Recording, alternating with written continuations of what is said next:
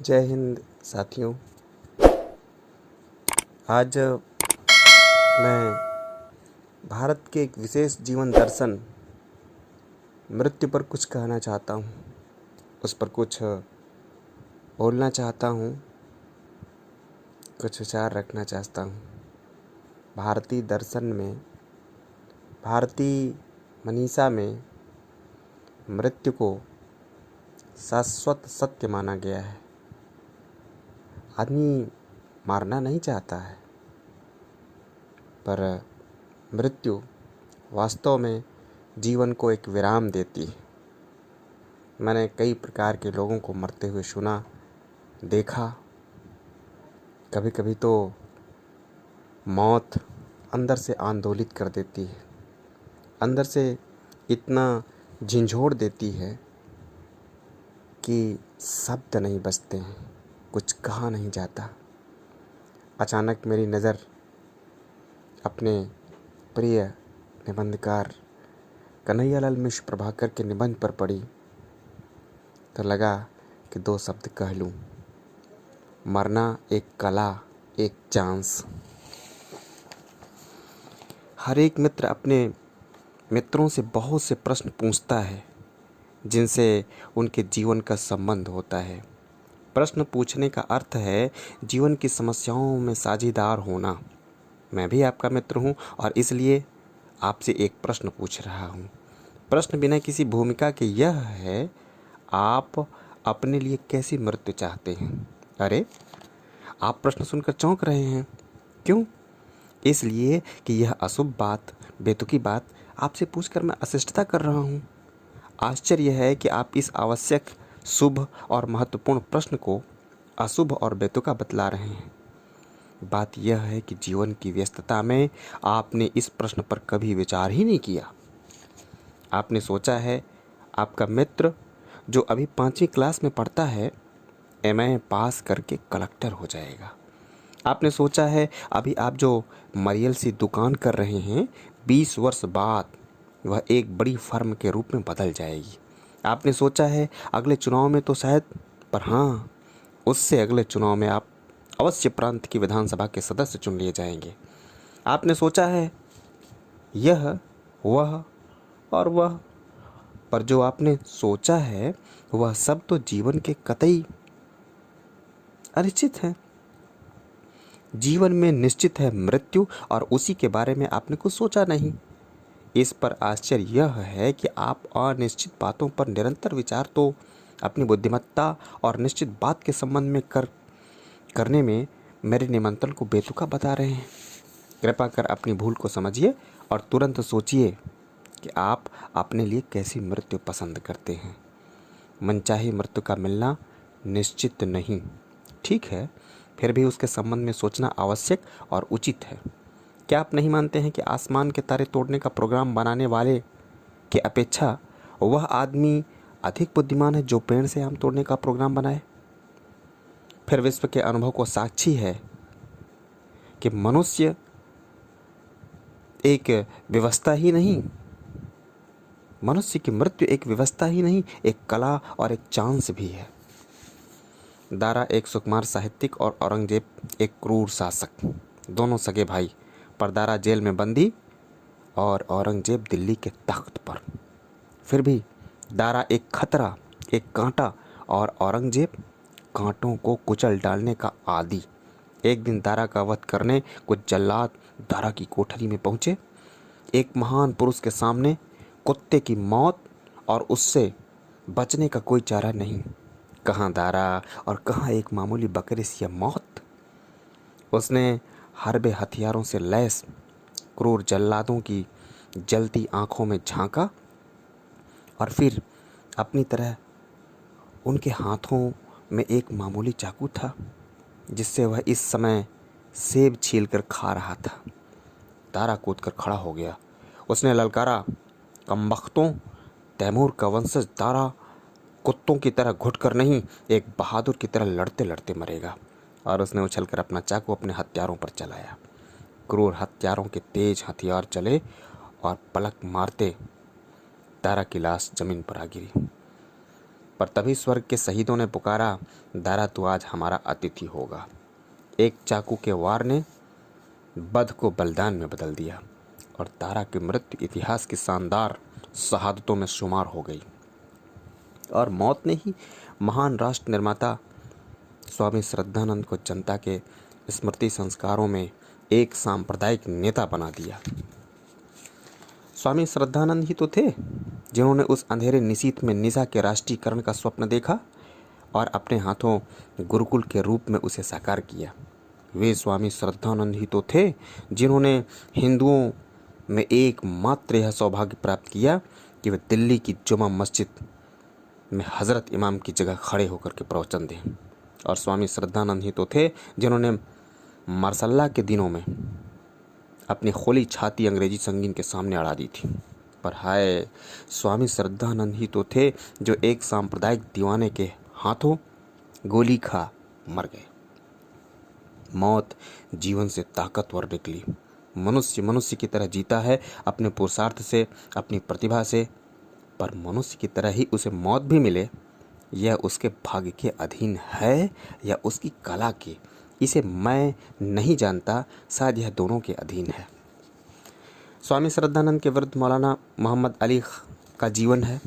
वे जीवन भर खादी में काबा रहे, कभी खादी में वतन न हुए, निश्चय ही अंग्रेज़ों के कभी दोस्त नहीं। मुल्क के मैदान में उतरे भी तो खिलाफत की डोर पकड़े और जिए भी तो तबलीग के तबले में सांस लेकर के। हद हो गई उस दिन जब वे कांग्रेस के प्रेसिडेंट चुने गए और उन्होंने अपने खुतबे शदात सभापति अभिभाषण में अछूतों को आधा बांट बांट कर हिंदू मुस्लिम एकता स्थापित करने की बात कही। इसके बाद तो वे बेनाम हो गए और एक दिन अचानक उनका नाम देश के पत्रों पर तब छा गया जब गोलमेज कॉन्फ्रेंस में भाषण देते हुए उनकी भावुकता एक वाक्य में बोल उठी, मैं भाषण के लच्छे उड़ाने इंग्लैंड नहीं आया, मैं अपने देश के लिए स्वतंत्रता लेने आया हूँ। आपको मुझे वह स्वतंत्रता देनी पड़ेगी या फिर मेरी कब्र के लिए जगह। और सचमुच दूसरे दिन उनका हार्ट फेल हो गया। एक और बस एक वाक्य ने मृत्यु की मनहूसियत पर उमंगों की रंगीनियाँ छिड़क दी और मोहम्मद अली का भोला नाम लोगों के दिलों में ताज़ा कर दिया। लोगों ने सोचा और कहा, भटक गया तो क्या, आखिर ख़ानदानी देशभक्त था।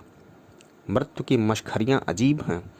किसी को वह अपनी गोद में सुलाकर महत्ता देती हैं तो किसी को अपने आंचल की छाया से दूर रखकर।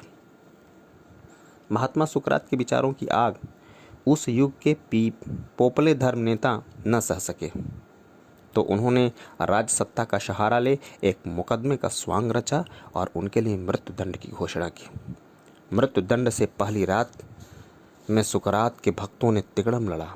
यह प्रबंध कर लिया कि वे सुकरात को जेल से लड़ें। पर वे जब रात में अपना प्रस्ताव लिए सुकरात के पास आए तो उत्तर मिला, क्या तुम चाहते हो कि जिन सिद्धांतों का प्रचार मैंने जीवन भर किया उन्हें मृत्यु से डरकर मैं स्वयं ही झूठा सिद्ध कर दूं? जाओ, मैं यह नहीं मारूंगा और भागूंगा नहीं। और यो मृत्यु की गोद में से सुकरात एक साधारण प्रचारक से बहुत बहुत बहुत ऊपर एक अमर विचारक हो गए। नेपोलियन महान था अपने जीवन से, अपने कर्म से, अपने विजयों से।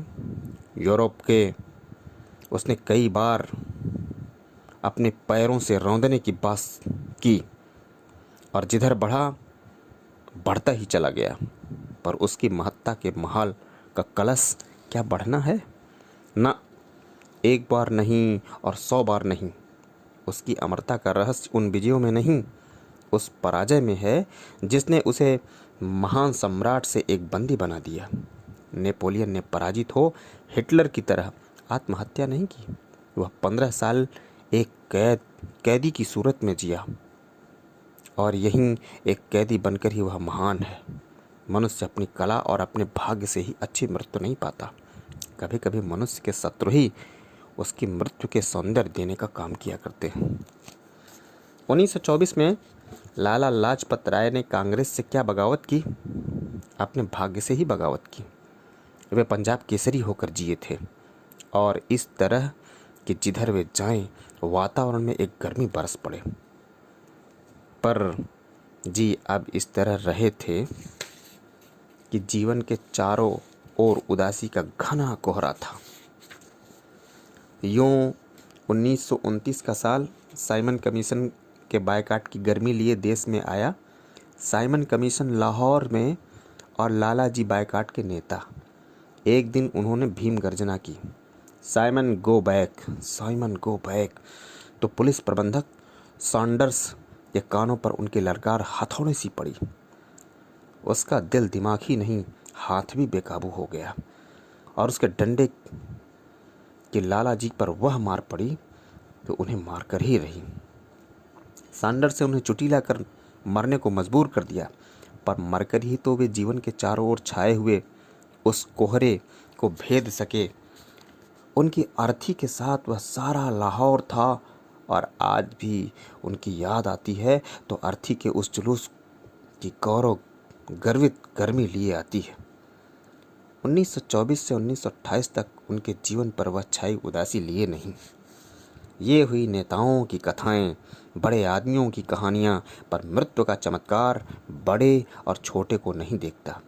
1951 में जरा सी बात ने आसाम के एक डाकिये की दयनीय मृत्यु को एक महान मृत्यु का रूप दे दिया। 2 डाकिये जिनसे अपना आवश्यक कार्य लेने में उदार होकर भी समाज जिन्हें मान देने में कृपण रहा है, देहाती डाके के थैले लिए एक जंगल से गुजर रहे थे। अचानक कहीं से शेर आ कूदा और उनमें से एक को थाम ले चला।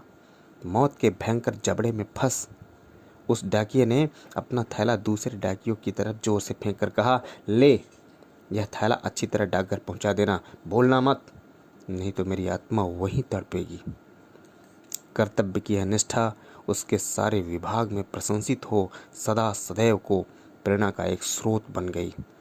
मृत्यु से मोर्चा लेना तो बड़ी बात ही है, कभी कभी मृत्यु को एक मीठा निमंत्रण दे देना ही जीवन को एक नई रौनक दे देता है। हरिजन सेवक में प्रकाशित यह घटना कितनी मर्मस्पर्शी है। एक शिकारी किसी गांव में गया और एक मोर पर निशाना साधने लगा। एक देहाती ने उसे मना किया पर वह न माना, तो देहाती मोर और शिकारी के बीच आकर खड़ा हो गया। शिकारी जोश में था, उसने गोली दाग दी। देहाती घायल होकर के गिर पड़ा। अब नज़दीक था कि देहात के लोग शिकारी का कचूमर निकाल दें, पर वह देहाती तेजी से सरक कर भीड़ और शिकारी के बीच में आ गया। उसने जो कुछ कहा उसकी सरल अभिव्यक्ति यह है, मैंने जब मोर को ही नहीं मारने दिया तो इसे क्यों मारने दूंगा। और बस अपनी इस उदाहरण से वह सामान्य देहाती भारतीय जीवन में रमे दया, करुणा और अहिंसा के शाश्वत संस्कारों का सजीव प्रतिनिधि हो गया। मृत्यु इस जीवन का अंत है। मृत्यु दूसरे नए जीवन का आरंभ है।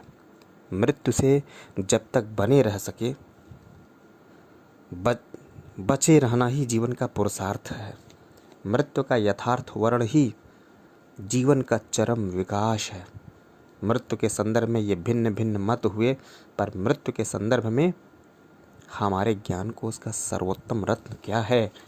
हमारे राष्ट्रीय इतिहास का सबसे सनसनीखेज मुकदमा भगत सिंह बम केस के नाम से अंग्रेजी अदालत के सामने आया तो राष्ट्र के सोए वातावरण में एक बिजली सी कौंध गई। मुकदमा उभरा ही था कि क्रांतिकारी पार्टी का एक सदस्य फणींद्र मुखर्जी पुलिस का भेदिया बन बैठा। पार्टी के रहस्य अब खतरे में थे। निश्चय हुआ कि उसे गोली मार दी जाए, पर गोली कौन मारे। बिहार में कहीं पार्टी की मीटिंग हुई। मीटिंग में पार्टी के नेता श्री किशोरी प्रसन्न सिंह भी थे और उनकी पत्नी सुनीति देवी भी थी। सुनीति देवी ने प्रार्थना की यह काम मुझे सौंपा जाए, पर किशोरी बाबू ने आदेश के इशारे से उन्हें बैठा दिया। सलाह मशविरे के बाद यह काम एक दूसरे सदस्य को सौंप दिया गया, जिन्होंने उसे पूरी सफलता के साथ किया भी। इस घटना के कुछ वर्ष बाद सुनीति देवी को तपेदिक हो गया। लाख प्रयत्न हुए पर मृत्यु का पंजा ढीला न पड़ा। मृत्यु से कुछ घड़ियां पहले सुनीति देवी ने अपने पति श्री किशोरी बाबू से कहा, मेरी विदाई का समय आ गया और लगता है कि अब वह दिन दूर नहीं, इसलिए मुझे आपसे एक बात कहनी है। हाँ हाँ, कहो कहो भी। फूल और फौलाद से निर्मित किशोरी बाबू ने कहा, जब किसी आदमी को आदमी की तरह मरने का मौका मिल रहा हो तो उसे कभी रोकना मत, सुनीति देवी ने कहा। यह संस्मरण उस बार मसूरी में गदगद कंठ किशोरी बाबू से सुना तो सोचा, मृत्यु के संदर्भ में मनुष्य के ज्ञान कोश का सर्वोत्तम रत्न यही है कि मनुष्य अधिक से अधिक जीने का पुरुषार्थ करे, पर उसे मनुष्य की तरह मरने का जब भी अवसर मिले तो वह चूके नहीं, बिल्कुल मृत्यु का मनुष्य की तरह वर्ण करना चाहिए। इन्हीं बातों के साथ विराम। जय हिंद, जय भारत।